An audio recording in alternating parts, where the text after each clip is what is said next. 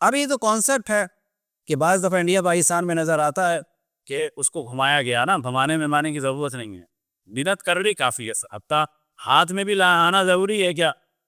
یعنی اگر آپ ڈائریکٹ بینک سے دوسرے بینک میں کرتے ہیں یا کنورٹ کرتے ہیں یا مثال کے طور پہ پے پال کے ذریعے سے یا جو بھی ایپس وغیرہ ہیں، تو اس کا مطلب ہے جب تک وہ پورا کارڈ گھمائیے آپ اے ٹی ایم اور وہ آئیں تو پھر ذہن میں یہ ہوگا تو سبھی ہو گیا صفحہ، یعنی اگر اس اے ٹی ایم میں 10,000 تھے تو اس کو سب نہیں گئے، اچھا اے ٹی ایم میں سے آپ کو 100 نکالنے تھے تو پھر نیت کرنی وہ بھی کہ اس میں سے یہ 100 والے گھما رہا ہوں نا۔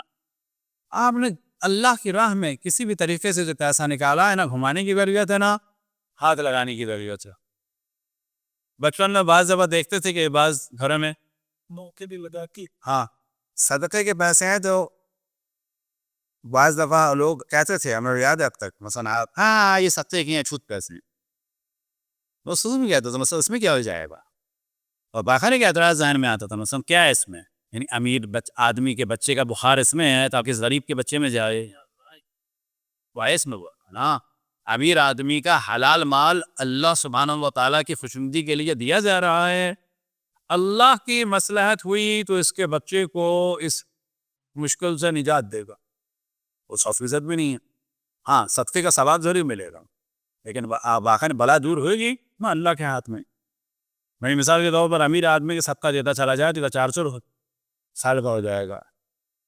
وہ صدقہ کام کرے کب تک کرے گا؟ اس وقت تک کرے گا جب تک اس کی حتمی موت اللہ نے نہ لکھی، کیونکہ موت بعض دفعہ حتمی ہوتی ہے اور بعض دفعہ ہوتی ہے لوح محو اثبات پر۔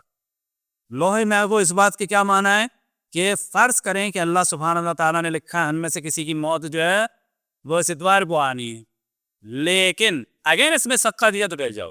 اور کیا ہے اگر اس نے کسی مومن کو خوش کر دیا تو ٹل جائے، سبحان اللہ۔ اسی طریقے سے لکھا ہے اس کی حیات ہے 10 سال کی، لیکن اگر اس نے ظلم کیا تو -10 ہو جائیں گے، وہ دن میں آ جائے گی۔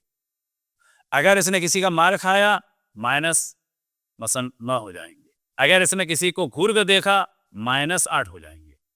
تو یہاں پہ کہا جائے گا تھی 10 سال ہماری حرکتوں کی وجہ سے 2 سال ہو گئی، تھی 10 سال ہماری حرکتوں کی وجہ سے فقط 2 دن رہ گئی، یہاں پر لکھی ہوئی تھی کم لیکن صدقے کی وجہ سے کیا ہو گئی؟ زیادہ ہو گئی۔ لوح محو اس بات کے بارے میں جب مثال دی جاتی ہے تو اس میں ایک مثال دی جاتی ہے حضرت عیسیٰ علیہ السلام کے اس واقعے کی کہ جب ایک شادی میں لوگ جا رہے تھے تو آپ نے فرمایا کہ آج یہ جا رہے ہیں کل ان کیا گریا ہوگا۔ حواریوں نے پوچھا کیا وجہ ہے کہ دلہن مر جائے گی، تو ان کے حواریوں نے کہا وہ تو نہیں مری، کہا چلو ساتھ۔ جب گئے تو حضرت عیسیٰ علیہ السلام نے ملاقات چاہی، بنی اسرائیل میں سے فیملی کی لڑکی تھی وہ، تو آپ نے کہا میں بات کرنا چاہتا ہوں، اس لڑکی سے بات کی، انہوں نے کہا کہ تم نے کل کیا کام کیا تھا؟ تو لڑکی نے کہا کہ کل جب میں تیار ہو رہی تھی تو میں نے اس کو جو ہے وہ کھانا یہ شاید آٹا جو بھی گندم وغیرہ تھا اس کو دیا تھا۔ تو حضرت عیسیٰ نے کہا تم لوگوں نے سن لیا۔ اب انہوں نے فرمایا حضرت عیسیٰ علیہ السلام نے دلہن سے کہ تم اپنی جگہ سے اٹھو، وہ ہٹ گئی، کہ میں نے کہا اس بستر کو ہٹاؤ، جیسے بستر کو ہٹا تو اس کی مجھے سانس تھا، بعض روایتوں میں دونوں ہلانے لگا، بالکل ایک غصے کے عالم میں۔ تو حضرت عیسیٰ علیہ السلام نے فرمایا ہاذا بہذا، یہ جو بچی نو اس کی وجہ سے بچی، یہ صدقے کی وجہ سے، یعنی حضرت عیسیٰ علیہ السلام نے خبر دی تھی کہ مر جائے گی، کس اعتبار سے؟ اگر اس نے صدقہ اور اگر سستا دے دیا، اسے کہتے ہیں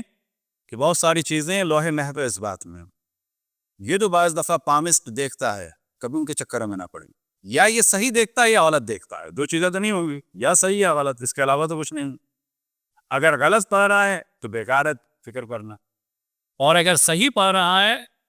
فرض کریں اس نے کہا ہے کہ زندگی کام ہے، فرض کر لیں صحیح پڑھا ہے اس نے، تو بھی حکم کیا ہے کہ ان کی باتوں میں نہ ہو۔ اچھا باتوں میں نہ ہو تو کیا کرے؟ صدقہ دے دو،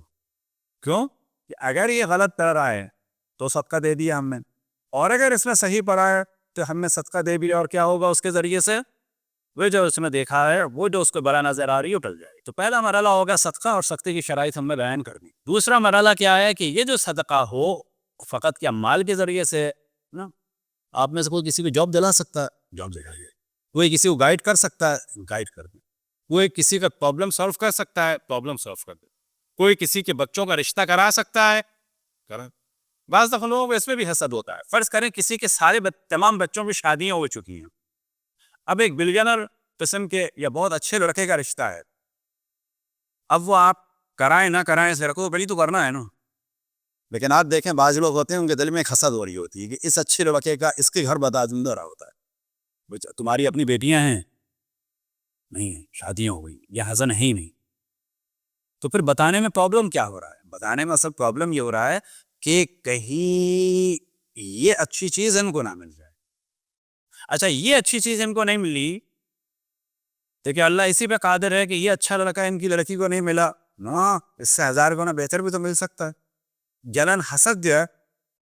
تو فرض کریں کسی کا رشتہ کرا دیا, کسی کو جاب دلا دی, تو صدقے سے مراد کیا ہے؟ خود روایتوں میں کہ راستے میں سے اب تو کسی کا یہ کام کر دیا. انہی میں سے کیا ہے؟ مزاح المامن عبادہ, کسی کو آپ نے خوش کر دیا, عیادت کے لیے چلے گئے, کسی کے پرابلم کو سولو کر دیا.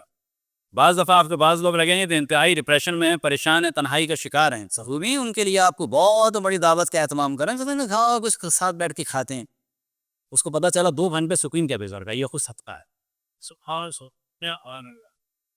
اور کیا روایتوں میں بیان ہوا کہ راستے میں سے پتھر ہٹا دیا, کوئی کانٹا ہٹا دیا, حتیٰ روایتوں میں نقل ہوا کہ ہڈی ہٹا دی, یعنی چیز پڑی تو اس کو ہٹا دیا. یعنی کسی بھی ایسی چیز کو کہ جو کسی کے نقصان کا سبب بنتی بھی ہٹا دیا. آپ چلتے ہوئے جا رہے ہیں, بعض دفعہ کیل نظر آتی ہے, انسان کیل اٹھا دی, یا اللہ یہ ذہن میں کیا فائدہ, رات کے 12 بجے کیل کسی کے ٹائر میں لگے گی اور اس کے بعد صبح اس کے ٹائر کی ہوا ختم ہو جائے گی, جانے میں اس کو 1.5-2 گھنٹے راہ ہو جائیں گے. ابھی کہ آپ نے کی ہٹائی ہے, یہ ہمارے ہزار پرابلم کو سولو کر سکتی ہے کی, اور لیکن اسی کیل کو اٹھا کے اگر روڈ پر کر دیا یہ 1000 پرابلم کریٹ کر سکتی ہے. تیسری چیز کہ فٹ پاتھ پہ تھی اور روڈ پہ پھینک دی. کیوں روڈ پہ پھینک دی؟ مجھے تو گزرنا نہیں ہے, تو میں نہیں گزرنا تو کیا ہوگا؟ جو دوسرے کے لیے پرابلم کریٹ کیا ہے یہ پرابلم ہمارے لیے بہت بڑا پرابلم ہے, اور جو دوسرے کے پرابلم کو سولو کیا ہے یہ دوسرے کے پرابلم کو ہم نے سولو نہیں کیا, در حقیقت اپنے ہزاروں پرابلم کو ہم نے اللہ سبحانہ و تعالیٰ کی ایک راہ میں اس کیل کو ہٹا کر اپنے ہزاروں پرابلم کو سولو کروایا ہے. سلوات کو درمیان مت یعنی اور باقی کیا عمال ہے تھوڑے تھوڑے بیان کرتے رہیں گے, لیکن سب سے اہم جو موضوع تھا اس کی جانب ہم نے توجہ دلائی.